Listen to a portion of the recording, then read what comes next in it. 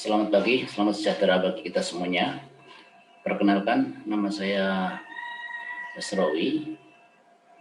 Saya akan mempresentasikan bagaimana cara menemukan empirical gap dan theoretical gap dalam penelitian kita, baik skripsi, tesis, disertasi, maupun dalam penyusunan jurnal. Setiap hari upayakan kita biasakan berpikir tentang permasalahan dan permasalahan penelitian. Bukan dari judul, tapi harus berangkat dari permasalahan penelitian realitas, lapangan, gap antara harapan dan kenyataan. Permasalahan adalah perbedaan antara harapan dengan kenyataan. Biasakan berpikir tentang tema penelitian. Tema penelitian di suatu lokus tertentu dengan subjek tertentu yang akan kita jadikan sebagai unit analisisnya, ya. Permasalahan itulah yang akan menjadi variabel dependent atau variabel Z. Kalau itu hanya X dan Z, akan menjadi variabel Z kalau itu ada variabel moderatornya, moderating atau interveningnya, atau sebagai variabel exogenusnya, ya. Kalau kita mau menyusun desain penelitian dengan fact analysis. Jadi suatu permasalahan baik skripsi, tesis, disertasi atau penelitian secara umum itu harus mengandung dua hal untuk di latar belakang masalahnya, yaitu berbasis empirical gap dan dua harus berbasis pada theoretical gap. Empirical gap itu adalah adanya kenyataan yang belum sesuai dengan harapan.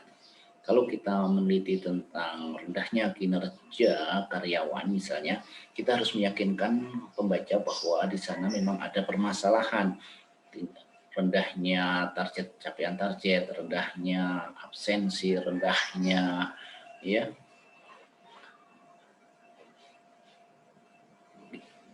kinerja.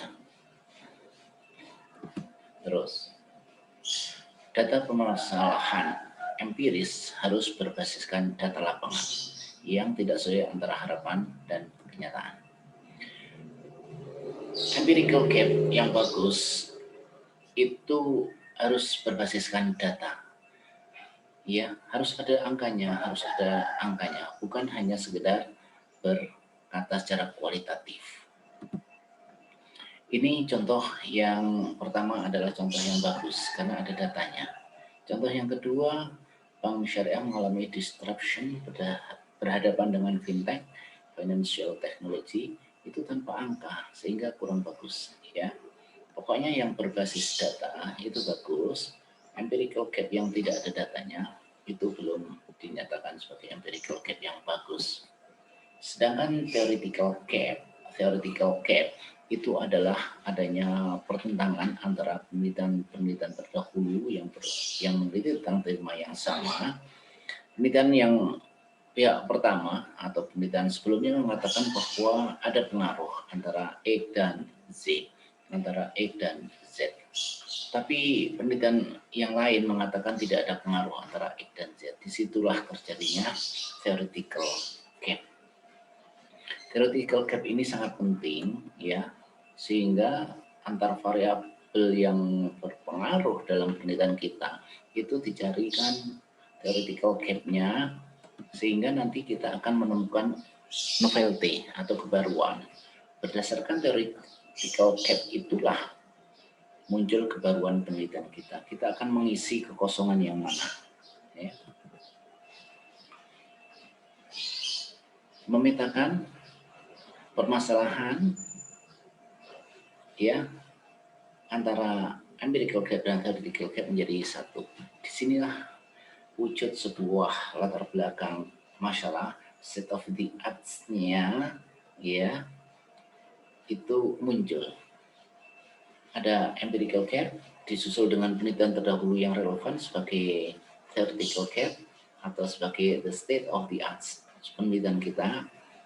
Dari situ muncul novelty kita, ya. Contoh seperti ini. kita akan meneliti tentang loyalitas pelanggan. Maka dalam latar belakang masalah itu adalah empirical gap yang berkaitan dengan rendahnya loyalitas pelanggan. Variabel Z atau variabel intervening atau variabel moderator itu tidak dibahas di dalam latar belakang, tidak dibahas banyak. Kualitas layanan apalagi inovasi produk juga tidak begitu dibahas. Kalau kita ingin meneliti tentang keberlanjutan bisnis, sustainability, kita cari mengapa sustainability suatu perusahaan itu rendah, UMKM juga rendah, ya. Itu data-data empirical itu yang akan kita gali, yang akan kita tampilkan dalam latar belakang masalah. Adapun variabel terpening, moderator maupun variabel independen, variabel bebasnya X1 dan X2 itu tidak begitu kita singgung banyak di dalam latar belakang masalah. Seperti ini, ya. Mahasiswa S1, S2, S3 sejak semester 1 harus sudah mempunyai gambaran permasalahan penelitian yang akan diangkat menjadi tema tesis. Pilihlah lokasi penelitian yang benar-benar baik, diutamakan adalah lembaga yang, ya, kalau kita di bisnis ya lembaga profit, ya. Tapi kalau bisa adalah lembaga yang sampel N populasinya itu besar sehingga untuk ditarik ke dalam teknik menggunakan teknik sampling tertentu itu sangat mudah dan cukup, ya.